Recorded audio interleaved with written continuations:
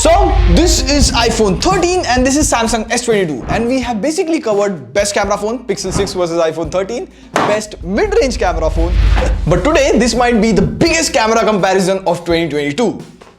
But you would be like, Pratik, isn't that S22 Ultra versus iPhone 13 Pro Max? Well, yes, those are ultra flagships costing 1 lakh rupees, but honestly, most of the people might be thinking of buying either S22 or iPhone 13. So, we are out here in real life with no studio lighting, no tripod, just handheld photos, just like you guys take it. Let's just jump into this. And after taking 500 plus photos, you are going to be surprised. And if you like these surprises, subscribe to TechWiser. So first up, let's establish one thing.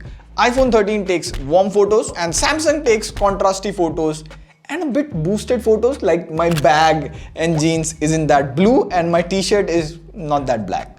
But you would be like, Pratik, what is this warm? What is contrasty, boosted and all of that? Well, see here, if this is the image, iPhone will add more yellow tone to it to make it look warm, like this, whereas Samsung will increase the contrast and saturation to make it eye-pleasing. Now, with that out, of course, both phones take sharp photos. You have a 50 megapixel on Samsung S22 and 12 megapixel on iPhone 13, but megapixels don't matter that much.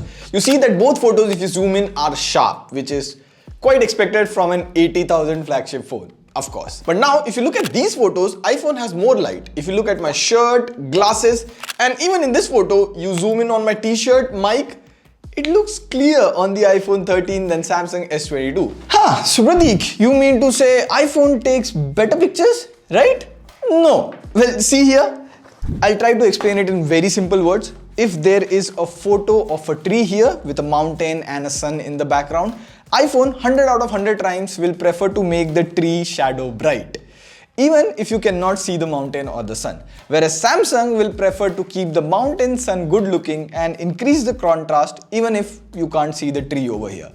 And there's no right or wrong in this image. Samsung prefers it this way, Apple prefers it this way. But here's the twist. Samsung has really good and phenomenal HDR. Like, you have a look at this photo, there is harsh sunlight coming from behind and the Samsung photo is really good. But here, if you look at Manu's face, the iPhone messes the HDR and there's this white halo effect on his face. And here we decided, let's push this. Let's take photos against harsh sunlight.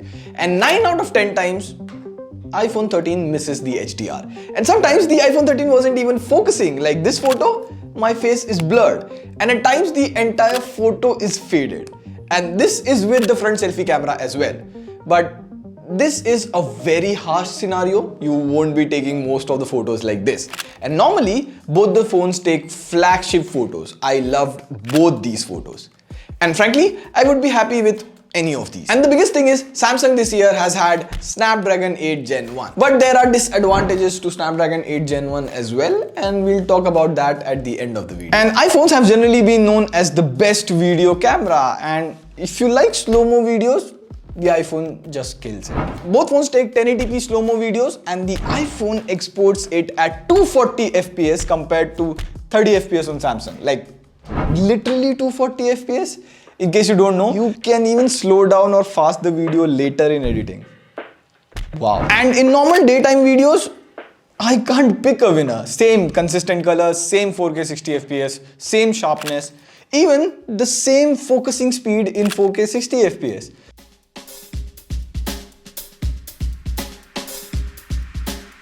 Okay, so one thing I've noticed in Samsung camera phones is when you start the video at 4K 30 FPS, you can switch between the main camera, wide angle camera and telephoto as well as the front camera. So personally, whenever I vlog, I use this quite a lot to switch between all the 4 cameras. However, in iPhone, you can only switch between the ultra wide angle camera and the main sensor, but not the front camera. For that, you have to change the entire phone, move it back to record yourself. So this is one thing that I have noticed practically while recording videos. Also, while taking photos, the iPhone 13 on the camera screen itself shows you better photos, whereas in Samsung, you see, my face is seen, but the background is all blown out. And when you take the photo, after processing the photo, looks better. So that's there and it's consistent with the iPhone. And of course, you get more cameras on the S22. You have a 12 megapixel ultra wide angle camera and an extra 10 megapixel 3x telephoto camera. And iPhone 13 only has a 12 megapixel ultra wide angle camera. Now for wide angle cameras, both are good, consistent, equally sharp, and it's the same. iPhone is warm, Samsung is contrasty, a bit boosted. And I will give it to iPhone here. The color consistency between the main and the wide angle camera is great. See these photos? Whereas Samsung has that tiny difference between main and wide angle camera colors. Also, S22 has that 3x telephoto camera and it's really useful. Like some shots are straight up wallpapers. You can also take good portraits from it, and generally telephoto cameras take good portrait photos. iPhone 13 also lets you digitally zoom in, but the photos are not comparable. So Samsung in the S22 launch event talked a lot about night mode photos and nightography.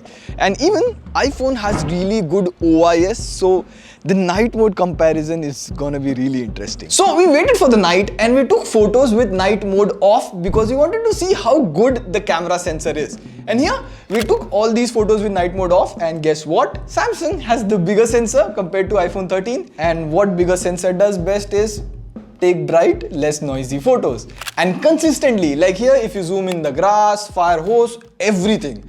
I guess Samsung was damn serious when they talked about nightography. They have worked on it. Like it gets very clear when you start taking videos in low light. Like you pause at any moment, the light control is better, sharpness is better. There's no lens flare in Samsung. And trust me, I couldn't believe my eyes. So we turned on night mode. Let's see the software magic. And here's where the iPhone does a bit better job. But again, Samsung is brighter, sharper, better. And the lens flare issue in iPhone is clearly visible at night and more in videos.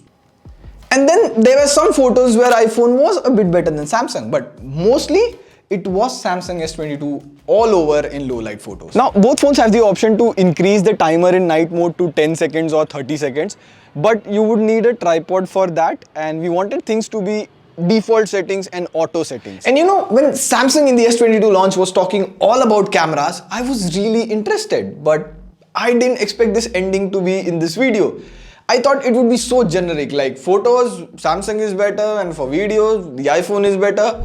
But that's not the case. We have a winner, and the winner is Samsung S22. But at what price? See, we shot in harsh sunlight and the iPhone got warm. But Samsung S22 was heating. Like in the entire day, I had to charge Samsung S22 twice to complete the shoot. And at times, since I'm using S22 as my daily driver, when I started using Google Maps along with the camera, I could literally feel the frame getting heated.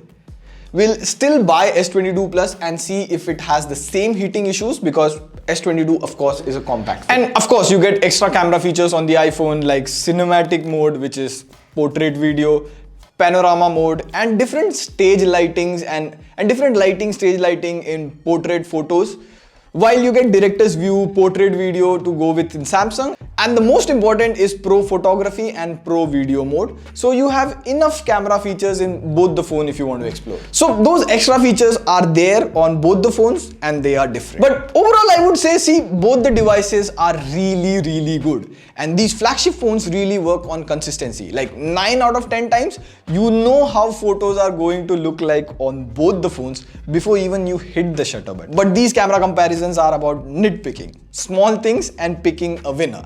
So it's about if you pick consistency or the better camera phone, because you buy the device that suits you the best. For me, it's going to be Samsung. On that note, this is Pradeep signing off. See you in the next video.